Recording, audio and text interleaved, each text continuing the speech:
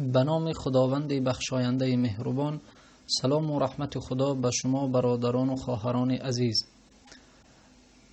اکنون از سبب که ما در ماه مبارک رمضان قرار داریم، پس برایتان درباره شب قدر معلومات بدهم و موضوع امروزه را نام گذاشتیم که آیا ما در شب لیلة القدر چی را میبینیم و لیلة القدر چی معنی دارد.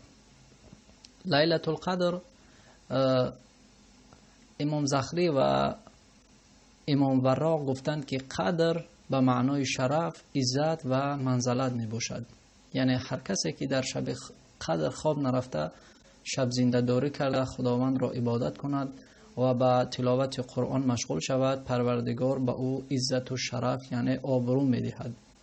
خداوند در قرآن در پاره 30 یک سوره مخصوص به نام شب قدر نازل کرده است که نام آن سوره قدر می باشد.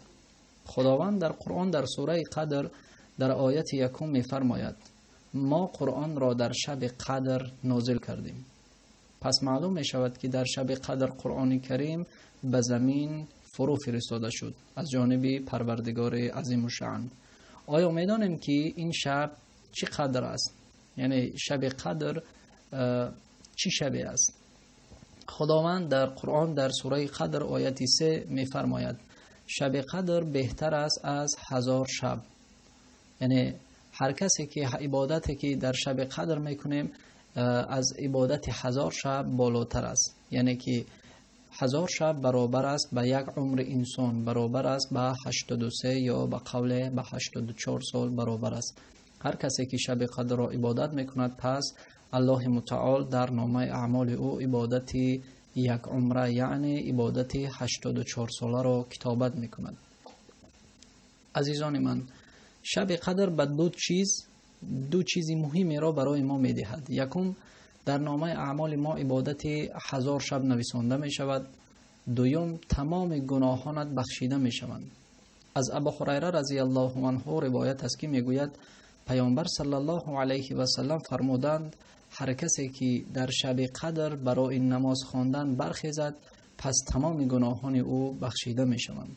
برادران عزیز و خواهران مهربان، تصور کنید، زیرا آن عرق نوشی ها و آن لاتابازی ها و آن گناهانی که ما پیش کرده بودیم، پروردگار در یک شب نیست می کند و می بخشد. زیرا که الله والله غفور و رحیم خود را معرفی می کند، یعنی الله مهربان و بخشنده است.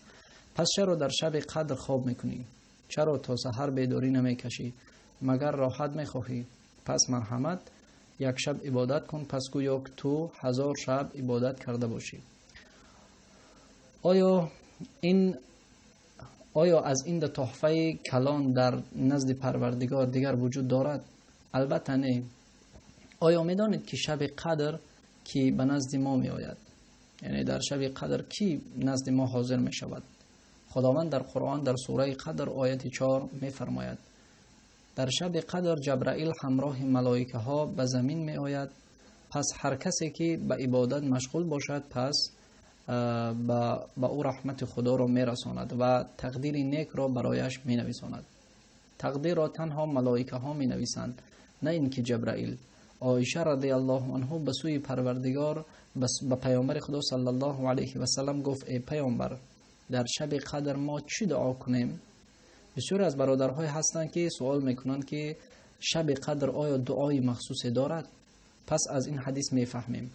عایشه رضی الله عنها میگوید که از پیامبر صلی الله علیه و سلم پرسیدم که هنگامی که شب لیلة القدر شود چی دعا کنم؟ آیا دعای مخصوصی دارد؟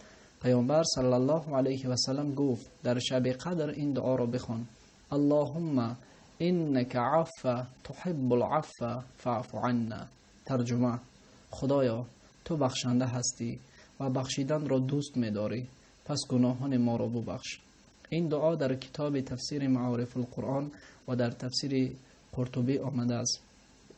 شب قدر در سنه 27 ماه رمضان می آید.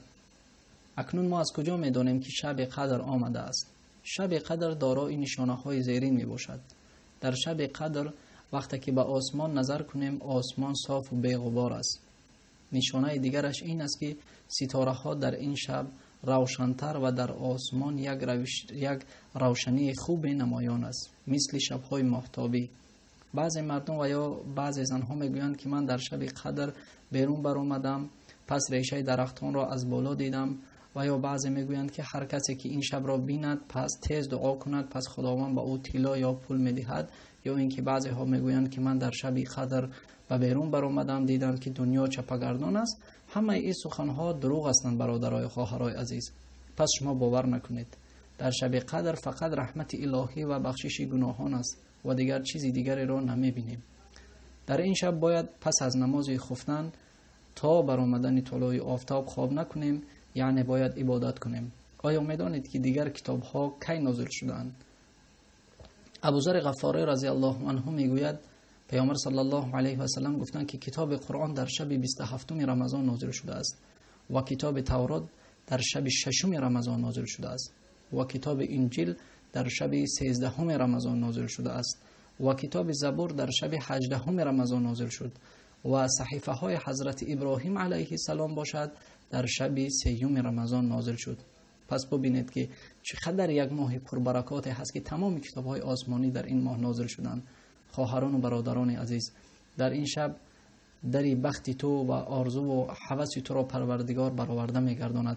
تنها خواب نکرده عبادت کن و دعا کن، یک شب برابر است به 1000 شب. و آخر دعوانا ان الحمدلله رب العالمین. از پروردگار برای همه شما تنصیحاتی و مغفرت گناهان را طلب دارم. در خدمت شما بودند زیدالله حمدانی.